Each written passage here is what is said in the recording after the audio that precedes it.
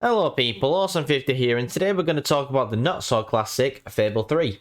Now, Fable 3, oh my god, I just completed that not too long ago, and what can I say about Fable 3? Well, you all know yourselves, it wasn't the most popular of the Fable series, and for very good reason, because the game is absolute rushed trash. It had so much great potential to be a decent game, even more or less a perfect game. Fable 2 really ramps things up from Fable 1, and it really, you got that real hero feeling that he was making a difference in the world, and you even had that horrible introduction where tragedy occurs, and that sets your hero on the path to be the hero they become. But in Fable 3, you don't get that. So in Fable 3, basically you start off as a prince in a massive castle and you are well respected by everybody, and you have a absolute douche brother called Logan who is the king. And Logan is, he comes across as an extremely terrible tyrant kind of king. You know, there's poverty, he doesn't care. If anyone opposes him, he just kills them. Children are forced to work as slaves pretty much in workhouses, and it's pretty much like the Victorian days, to be honest. Oh yeah, and there's not enough guards, so the rate of crime is like off the charts. So anyway, the game begins where you're the prince and everyone likes you because you're really nice to people, blah blah blah blah blah. So you walk around shaking people's hands, all this, and then all of a sudden there's a mob. There's a mob of people which are complaining because of the living conditions they are forced to live in. So what King Logan wants to do is kill everybody. Just kill them all because they'll oppose me. So yeah, so then you get to a point where you stop the king from killing the let's say it, peasants. So then the king says you're pretty much under arrest, but if you want to save these people, you can take your pick. I'm either going to kill your girlfriend to teach you a lesson, or kill these people to also teach you a lesson. But because I'm a sick and twisted bastard, you have to choose. You have to choose who you want to kill the peasants, or do you want your girlfriend to be killed? Well, I wanted to have the good karma, be the good guy, the hero I would really want to be. So sadly, I had to choose that my girlfriend got killed so I can, basically, the lives of the few outweigh the many. One of them logical decisions, which, true Vulcan decision, anyway. So that's what I did. So anyway, later on the night, our people, not Jasper. Is he called Jasper? I know you get a sermon called Jasper. Anyway, John Cleese. Haha, yes. The John Cleese actor and your helper. Christ, can't even remember his name. The guy with the beard, like me. Anyway, so basically you flee. You kind of like flee. You escape the castle, which is surprisingly too easy because you just somehow manage to easily leave the castle and no guards or nobody kind of stops you from leaving the castle. Going to the hero's tomb, nobody actually sees you going to the hero's tomb, so there's no battling, which is absolutely insane itself because it's a fucking castle. So anyway, you end up fleeing, and basically, you go to different towns, which is already on a generated map, so there's not much way for it. You can. There isn't any exploration, basically. Basically, what I'm saying is, whereas on Fable 1 and 2, you could actually walk around and go to different places on foot, you can't actually do that in Fable 3. You go to this map, when you press the start button, you click where you want to go, and you go there. That's it. So it eliminates a quarter of the game doing that. So basically, you just be everybody's friend. You just walk around, you do quests for people, then all of a sudden they give you a contract, you sign the contract, and you have to promise to help them at a later date. And that is literally all you fucking do. You do that for about 75% of the game. You just do quests, and then people believe you're this nice person, and then you sign a contract.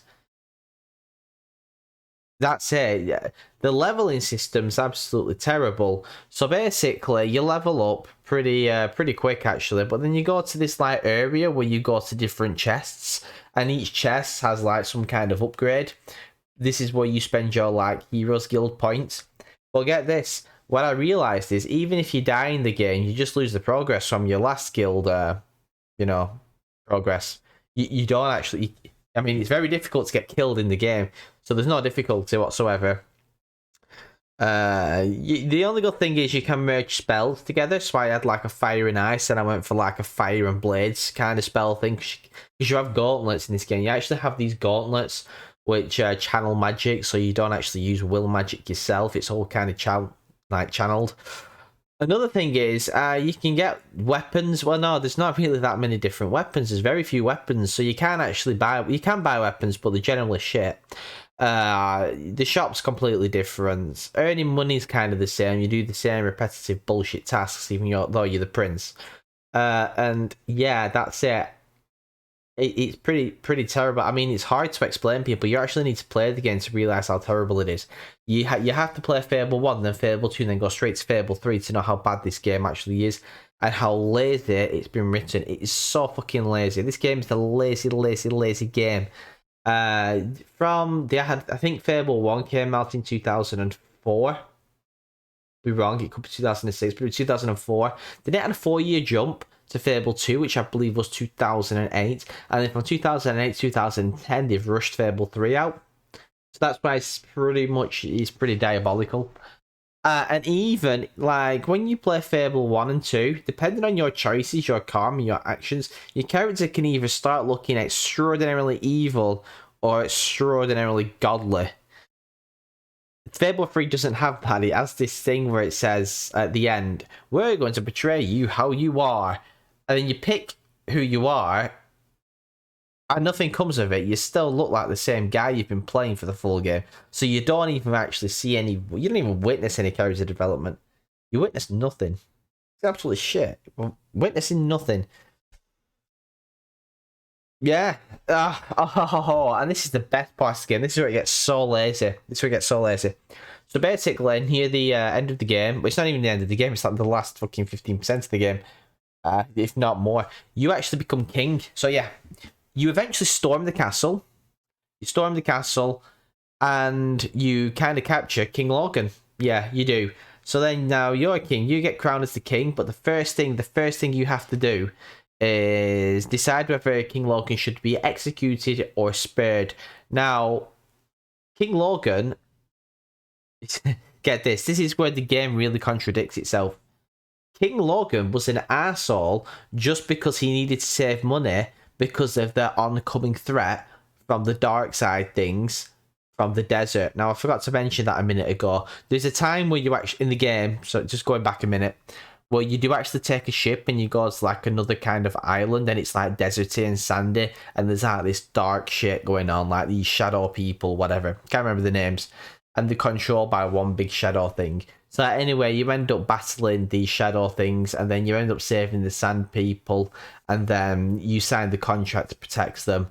So then you go back and that's when you storm the castle. Now let's go back to where I was. So we've captured King Logan, okay? Catch King Logan and he tells us the place is in poverty because he's saving gold. He's saving gold and he's building and training an army for when this dark stuff, these dark spirits come to Albion because they're already there. So when they come to like the King's Land, which makes perfect sense. So now you're king, you can either choose to kill or spare Logan. I spared him because I wanted his army, and it turned out he wasn't such a bad guy if that's what he was doing. And it was true what he was doing.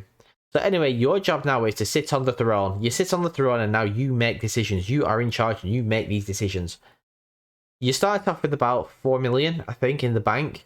So anyway, every good deed you do from there, you either spend the millions to help the people around you, or you be an absolute douche like King Logan was, and don't spend the million and make more money so that you can build this army and it stops less casualties. So me being the idiot I am, I was so nice because I've done all the game. I'm right up to this point now. I want to be the nice guy. So that includes these contracts you signed earlier. Right, get this. You pretty much, you can either honour them or lose money. Or just say, look, I'm not doing it. I'm breaking my promise. Rip the contract. Oh, you can do that. And you save money. So again, when I was saying at the start of the game, the many outweigh the few kind of thing. So the more nice you are to the people, the more casualties there's going to end up being at the end of the game. So you can't really win. There's no such thing as a good or a bad ending. So with this being a Fable game where karma means quite a lot, it means absolute zero. It is terrible. Okay, in that retrospect. So by the time I finished the game, everyone were nearly dead. I lost like 75% of the people because throughout the game I was nice people. So if I did a King Logan, then I would have saved more people. But by the way, people, there's no action in this. You literally just sit on a throne and push buttons. You don't do any action. There's like 2 quests when you're on the throne. One where you go and get this massive jewel, and one where you get this statue. That they're the only 2 movement quests when you're sat on the actual throne. But the game in itself, it just... If I played that first, then I might have liked it. But because I've played Fable 1 and 2, I've been kind of spoiled with better games. So it felt lazy. It felt like your decisions didn't really mean anything. It was all meaningless. The game was meaningless because either to get the good ending of the game, you might as well just left King Logan on the throne. There might as well have been no point in the game. The game didn't need to come out because it just contradicts itself so much. Yeah, and there's not even that many places to explore now that I think about it. I think I actually finished the game in... I'm going to throw it out there. It's just a guess. At 16 hours, something like that. Whereas Fable 2, I put about 30 hours in. But Fable 2, though, you have to admit, this was a fantastic game. Apart from the villain, of course, it seemed a bit stupid having that kind of villain in Fable 2. But the game worked. It was good. The ultimate villain in the Fable series will always be the Jack of Blades from Fable 1. But still, going back to Fable 3, it is worth a play. Just play. If you've got an Xbox Game Pass, just play the game. See what you think. Don't take my word for it. I'm just giving advice and I'm just reviewing the game.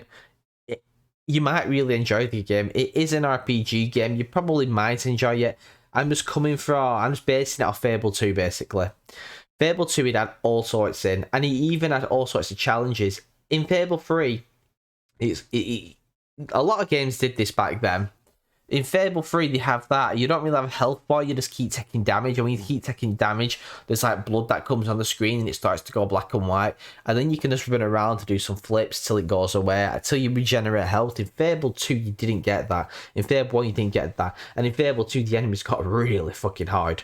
So you had to be prepared. You didn't have a choice. I remember, just to save money in Fable 2, I left my Xbox on for like 2 days straight when I'm working, just so I can just accumulate gold for my next days off, just to upgrade my weapons and buy potions. And even in Fable 2, your potions run out.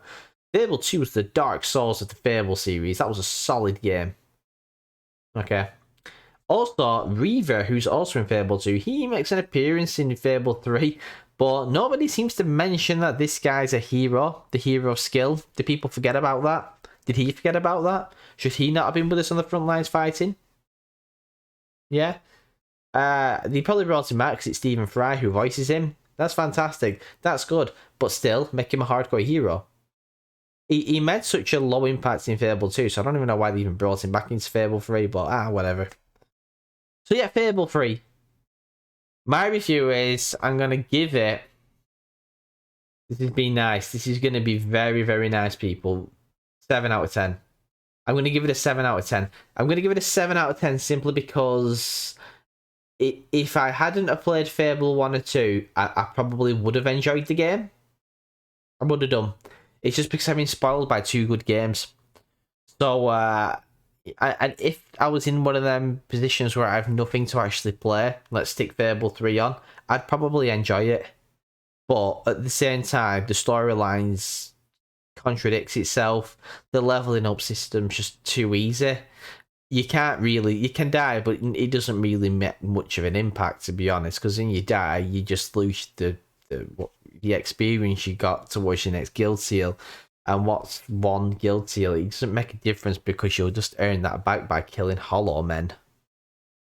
So, oh yeah, and the last boss is pretty shit as well, now that I think about it. The guy who I can't remember his name, who follows you out to the castle at the beginning of the game, he gets attacked by one of the dark ones, and then he turns into one, and then you have to kill him, and that's the end of the game. And then, unfortunately, you're greeted if you were too nice to the people, that nearly everybody's dead. You're a bad hero. So it doesn't matter what you do. At the end of the game, in Fable 3, you're either a bad hero or a good hero.